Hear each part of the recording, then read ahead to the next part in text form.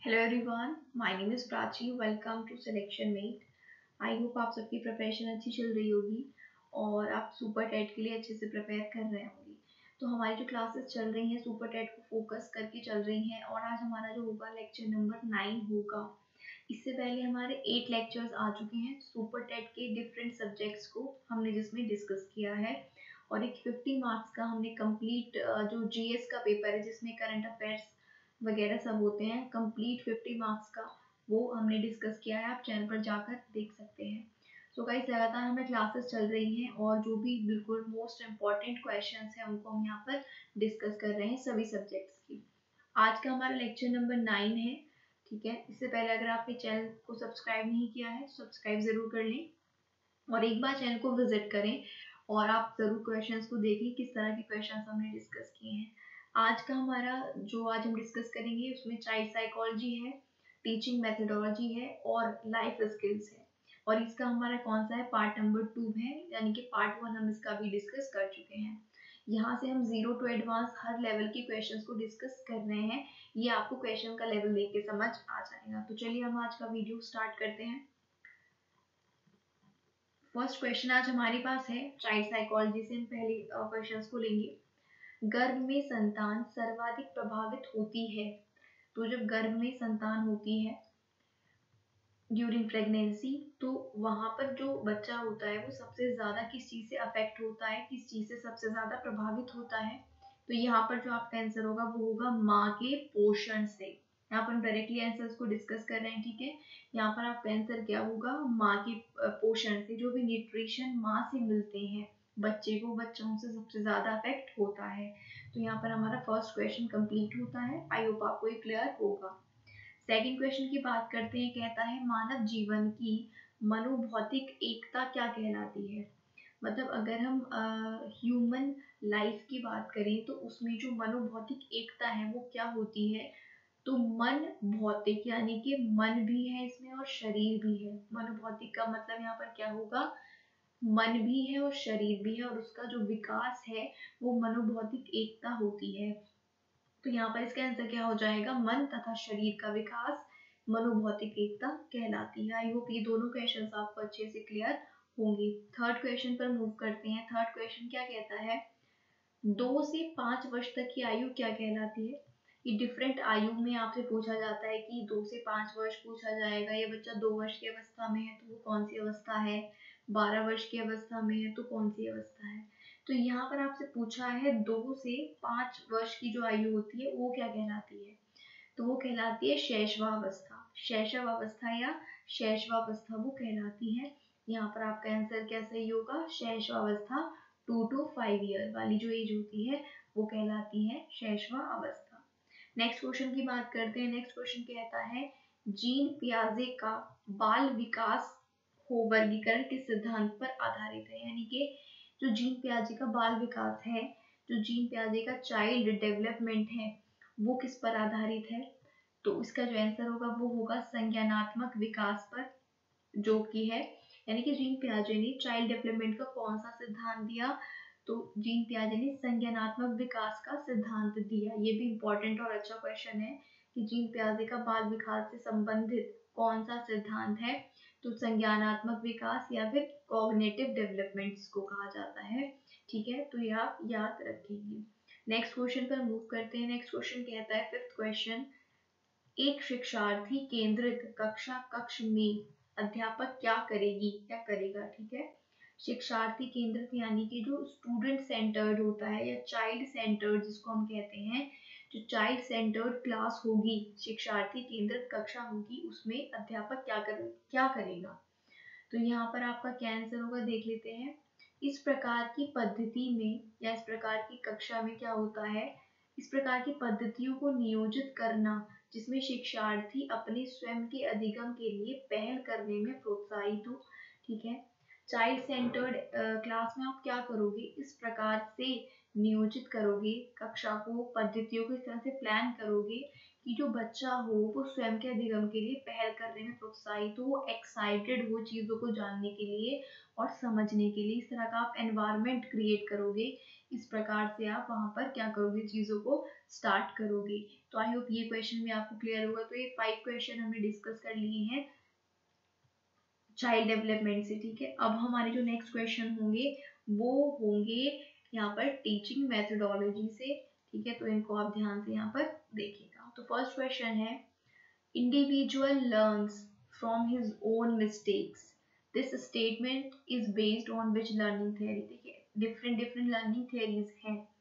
यहाँ पर आपसे पूछा है कि जो एक टर्म है कि individual learns from his own mistake, जो इंडिविजुअल्स होते हैं वो अपनी ही गलतियों से सीखते हैं, ये किस तरह का लर्निंग प्रोसेस है, ये किस तरह की थियरी है, यह आपसे पूछा है।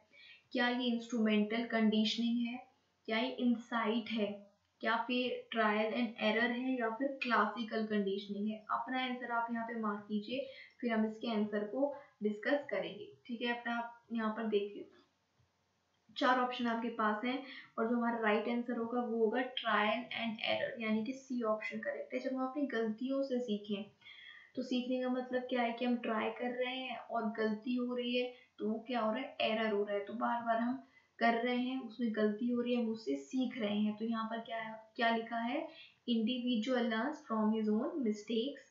तो ये कौन सी थियरी है, ये है आपकी trial and error theory. I hope ये क्वेश्चन भी आपको क्लियर होगा। नेक्स्ट पर मूव करते हैं। नेक्स्ट सेकंड क्वेश्चन कहता है, what should be the role of the teacher in meeting the individual differences। जब बच्चों में क्या होती है, व्यक्तिगत भिन्नता होती है, इंडिविजुअल डिफरेंसेस होते हैं, तो टीचर का रोल उसमें क्या होता है। 4 ऑप्शन आपके पास है फिर से यहाँ पर। पहला ऑप्शन है, try to know the abilities, interest and aptitude of individuals, यानी कि आप बच्चों की जो एबिलिटीज हैं, योग्यता है, उनकी जो रुचि है और उनको जो एप्टीट्यूड है, उसको जानने की कोशिश करें कि हर एक इंडिविजुअल की क्या एबिलिटी है। या फिर try to adjust the curriculum as per the needs of the individual, या फिर आप जो करिकुलम अपना सेट कर रहे हैं वो इंडिविजुअल्स के अकॉर्डिंग सेट करें, या फिर दोनों करेक्ट है, या फिर नन ऑफ दीज। 4 ऑप्शन है, आप इसका राइट आंसर मार्क कीजिए। देखिए सबसे इंपॉर्टेंट क्या होता है इस तरह के क्वेश्चन में, आपको क्वेश्चन को ध्यान से पढ़ना है, क्वेश्चन को ध्यान से समझना है, फिर आंसर आपके लिए, फिर क्वेश्चन आपके लिए क्या हो जाता है, इजी हो जाता है। तो इसका जो राइट आंसर होगा वो हम देख लेते हैं। राइट आंसर होगा ऑप्शन नंबर सी, यानी दोनों तरह से आपको करना होगा, बच्चों की एबिलिटीज और इंटरेस्ट को जानना होगा इंडिविजुअली, और करिकुलम को भी उस तरह से सेट करना होगा कि वो हर इंडिविजुअल की नीड को क्या करे, पूरा करे। तो यहाँ पर सी ऑप्शन आपका करेक्ट होगा। नेक्स्ट पर मूव करते हैं। नेक्स्ट क्वेश्चन कहता है, teacher should present information to the students clearly. Teachers को बच्चों के सामने इंफॉर्मेशन क्लियरली प्रेजेंट करनी चाहिए एंड इन इंटरेस्टिंग वे, और एक इंटरेस्टिंग वे में प्रेजेंट करनी चाहिए, and relate this new information to the things students, और उन चीज़ों को किस चीज़ से रिलेट करना चाहिए, जो वो नहीं जानते हैं, जो वो पहले से जानते हैं, जो वो जानना चाहते हैं, या वो जो नहीं जानना चाहते हैं। You have 4 options. क्वेश्चन को पहले ठीक से समझिए। क्वेश्चन कह रहा है कि एक टीचर को स्टूडेंट के सामने क्लियरली इंफॉर्मेशन रखनी चाहिए, इंटरेस्टिंग वे में रखनी चाहिए, और कैसे रखनी चाहिए, नए इन्फॉर्मेशन को किस तरह रखनी चाहिए, इस तरह से रखनी चाहिए कि उसको जो पता ना हो पहले से, या फिर उसको पहले से जो पता हो, या वो जानना चाहता हो, या वो नहीं जानना चाहता हो। तो आपके पास 4 ऑप्शन है, अपना राइट आंसर मार्क कीजिए, फिर हम यहाँ पर देखते हैं कि राइट आंसर क्या होगा। तो यहाँ पर जो आपका राइट आंसर होगा दैट इज बी, यानी कि ऑलरेडी नो।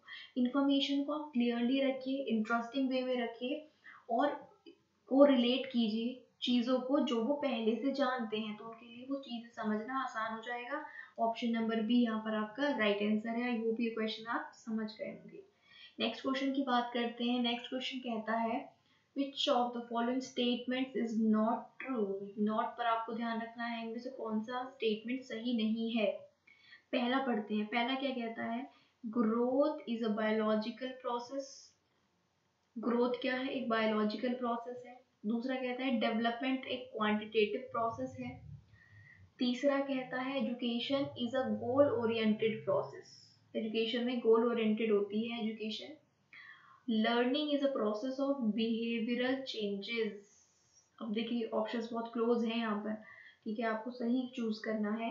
पहला कह रहा है ग्रोथ बायोलॉजिकल प्रोसेस है, दूसरा कह रहा है डेवलपमेंट क्वांटिटेटिव प्रोसेस है, तीसरा कहता है कि एजुकेशन गोल ओरिएंटेड है, इसमें हम सीधा अपना गोल पर फोकस करते हैं, और चौथा कहता है कि लर्निंग एक प्रोसेस है बिहेवियरल चेंजेस का, लर्निंग से हमारे बिहेव में चेंजेस होते हैं। तो चार ऑप्शन है, राइट आंसर यहाँ पर देख लेते हैं कौन सा सही नहीं है। तो यहाँ पर ऑप्शन नंबर जो बी है वो आपका सही नहीं है कि डेवलपमेंट एक क्वांटिटेटिव प्रोसेस है, ठीक है, बी ऑप्शन यहाँ पर क्या हो जाएगा, करेक्ट होगा आंसर। नेक्स्ट क्वेश्चन पर मूव करते हैं। Which of the following is not the tool for formative assessment in scholastic domain? Scholastic domain में इनमें से कौन सा टूल नहीं है फॉर्मेटिव असेसमेंट का? टूल नहीं है फॉर्मेटिव असेसमेंट का किसमें? स्कॉलिस्टिक डोमेन में। पहला ऑप्शन है कन्वर्सेशन स्किल, दूसरा है जो एमसीक्यू होते हैं मल्टीपल चॉइस क्वेश्चन, तीसरा है प्रोजेक्ट्स और चौथा है ओरल क्वेश्चन। तो इनमें से फॉर्मेटिव असेसमेंट जो कि स्कॉलिस्टिक डोमेन में है उनमें से कौन सा टूल नहीं होना चाहिए, यहाँ पर आपसे पूछा है। तो यहाँ पर ऑप्शन सी आपका करेक्ट होगा, जो प्रोजेक्ट्स हैं वो इसमें आप नहीं ले सकते हो, कन्वर्सेशन स्किल देख सकते हो, एमसीक्यू देख सकते हो, ओरल क्वेश्चनिंग कर सकते हो, प्रोजेक्ट्स इसमें इंक्लूड नहीं होगा। Option C is the correct answer. So अभी तक हमने डिस्कस कर लिए हैं 5 क्वेश्चन और टीचिंग मेथोडोलॉजी के, और 5 क्वेश्चन हमने डिस्कस कर लिए हैं चाइल्ड डेवलपमेंट के। आई होप ये क्वेश्चन आपको अच्छे से क्लियर होंगे। अब हम बात करेंगे, कुछ थियरी देखने जा रहे हैं हम यहाँ पर, ठीक है, लाइफ स्किल्स की, ठीक है। अब यहाँ पर हम थियरी देखने जा रहे हैं किसकी? लाइफ स्किल्स की। तो यहाँ पर आप ध्यान से इसको देख सकते हैं। अब यहाँ पर हम बात कर रहे हैं विश्लेषणात्मक सोच की, कि विश्लेषणात्मक सोच क्या है उसको थोड़ा समझ लेते हैं, ठीक है। लाइफ स्किल की हम यहाँ पर बात कर रहे हैं, हमारा जो टॉपिक है यहाँ पर क्या है? Life skills. तो यहाँ पर ये कहता है कि विश्लेषणात्मक सोच हमें दैनिक जीवन में निर्णय लेने में मदद करती है। जो हम पॉइंट्स पढ़ रहे हैं यही आपको ऑप्शन में गिवन होंगे कि विश्लेषणात्मक सोच से संबंधित नहीं है, इस तरह से क्वेश्चन पूछा जाएगा, 4 ऑप्शंस होंगे। तो हर एक पहलू को आप यहाँ पे ध्यान से समझिए। पहला क्या कह रहा है? विश्लेषणात्मक सोच हमें दैनिक जीवन में निर्णय लेने में मदद करती है। अगर हम चीजों का विश्लेषण करते हैं, उनकी तह तक जाते हैं, ये होती है विश्लेषणात्मक सोच। तो वो हमारी डिसीजन मेकिंग में हेल्प करती है, निर्णय लेने में हेल्प करती है। दूसरा कहता है हम बगैर आपा कोई समस्या को समझने में सक्षम हो जाते हैं, एकदम से हम हाइपर नहीं होते हैं। जब हम हर एक पहलू को वहां पर समझते हैं तो हम उसको आसानी से हर एक पहलू को समझने में सक्षम होते हैं और हाइपर नहीं होते हैं। थर्ड कहता है क्या सही है क्या गलत है ये निर्णय लेने में मदद मिलता है। जब हमें हर पहलू पता होगा कि उसकी पॉजिटिव चीजें क्या है, नेगेटिव चीजें क्या है, तो हम क्या सही है क्या गलत है हमें वो पता होगा ऑलरेडी। तो आई होप ये तीनों पॉइंट आपको क्लियर होंगे। नेक्स्ट कहता है, अब बात करता है आत्म जागरूकता, है ना। आत्म जागरूकता क्या होती है उसके पॉइंट्स को समझते हैं। पहला कहता है आत्म जागरूकता का मतलब है कि स्वयं को जानते और समझते हैं, आप अवेयर हैं अपने आप से कि आपको क्या सही लगता है, आप किस तरह के इंसान हैं, आपका व्यक्तित्व कैसा है, तो वो होती है आत्म जागरूकता, ठीक है। दूसरा कहता है हम अपनी खूबियों और कमजोरियों, पसंद नापसंद के बारे में सजग रहते हैं, यानी कि हमें पता होता है कि हमारी क्या वीकनेस है, हमारी क्या चॉइस है, हमें क्या नहीं पसंद है, उसके बारे में हमें पता होता है। थर्ड कहता है ये जो तनाव और परेशानियां हैं इससे बाहर लाने में मदद करती है। अगर हम किसी चीज को लेकर टेंस्ड हैं, ठीक है, हम तनाव में हैं, परेशानी में है किसी, तो उससे भी बाहर लाने में कौन मदद करता है? आत्म जागरूकता, क्योंकि हमें पता होता है कि हमें इस चीज से कैसे बाहर आना है। नेक्स्ट कहता है ये हमें अन्य लोगों के साथ अच्छा संवाद, कन्वर्सेशन स्थापित करने और अच्छे संबंधों को मजबूत बनाने में मदद भी करती है। आत्म जागरूकता में हमें पता होता है हमें कैसे लोगों से बात करना पसंद है, ठीक है, तो हम अच्छे से कम्युनिकेट कर पाते हैं लोगों से जब हम अपने बारे में अच्छे से जानते हैं, और हमारे जो रिलेशन है हम उनको भी अच्छा कर पाते हैं, ठीक है। नेक्स्ट पॉइंट कहता है जो व्यक्ति स्वयं जागरूक नहीं होता वह दूसरों की समस्या को समझने में असमर्थ होता है। जो व्यक्ति स्वयं अपने आप को नहीं जान पाएगा वह दूसरों को भी उसको जानने में ना प्रॉब्लम होगी, क्योंकि वो कम पहलू को समझ पाएगा। लेकिन अगर वो अपने आप से अवेयर है, अपने आप को अच्छे से जानता है, तो उसे दूसरे को समझने में भी क्या मिलेगी, हेल्प मिलेगी। तो ये यहाँ पर कहना चाह रहा है। अब नेक्स्ट पॉइंट हमारा है समानुभूति। समानुभूति क्या होती है? तो समानुभूति का अर्थ है अन्य व्यक्तियों की अनुभूतियों और परेशानियों को समझना। कहते हैं ना, मुझे इससे समानुभूति है, यानी कि मैं जो इसको फील हो रहा है वो मैं फील कर पा रहा हूँ, मैं वो समझ पा रहा हूँ। दूसरे की चाहे परेशानी हो, दूसरे की किसी भी तरह की कोई फीलिंग हो, उसको आप समझ पा रहे हैं। यदि हमें समानुभूति होगी तो हम दूसरों की स्थिति में स्वयं को रखते हुए उनकी समस्या को समझ सकेंगे और उनकी परेशानियों को उनके नज़रिए से देख पाएंगे और उसको समझ पाएंगे कि हाँ, ये एक्चुअल में इसको कैसा लग रहा है। तो ये क्या होती है? समानुभूति होती है। समानुभूति हमें जो व्यक्ति जैसा है उसे वैसे ही स्वीकार करने में भी सहायता करती है, फिर भले ही वह व्यक्ति हमसे अलग प्रवृत्ति का क्यों ना हो। समानुभूति का मतलब ये नहीं है कि हम जैसे ही हमें वैसे ही व्यक्ति पसंद आए। समानुभूति में हम समझते हैं सामने वाले व्यक्ति को, और अगर वो हमसे अलग है तब भी हम उस चीज़ को एक्सेप्ट करते हैं, उसकी बात को समझने की कोशिश करते हैं। सो गाइज, ये आज के हमने 10 क्वेश्चन डिस्कस किए हैं और लाइफ स्किल के कुछ 3 जो इम्पोर्टेंट पॉइंट हैं उनको हमने डिस्कस किया है। अगर आपको वीडियो अच्छा लगा है तो इसको लाइक ज़रूर कर दें, अपने फ्रेंड्स के साथ अपने ग्रुप्स में वीडियो को शेयर कर दें, जिससे कुछ लोगों तक ये वीडियो ज़रूर पहुँचे। चैनल पर नए हैं, अभी तक सब्सक्राइब नहीं किया है तो प्लीज़ सब्सक्राइब बटन को प्रेस करें और बेल आइकन को भी ज़रूर प्रेस करें, जिससे जो भी इम्पोर्टेंट वीडियो आती है उसका नोटिफिकेशन आपको मिले। हमारे सेशन का पीडीएफ अगर आप चाहते हैं तो डिस्क्रिप्शन में दिए हुए टेलीग्राम चैनल को आप जाकर ज्वाइन कर सकते हैं। आई होप अच्छे से आपकी तैयारी चल रही होगी। अच्छे से तैयारी करते रहिए, पढ़ते रहिए। This is for today. Thank you for watching the video.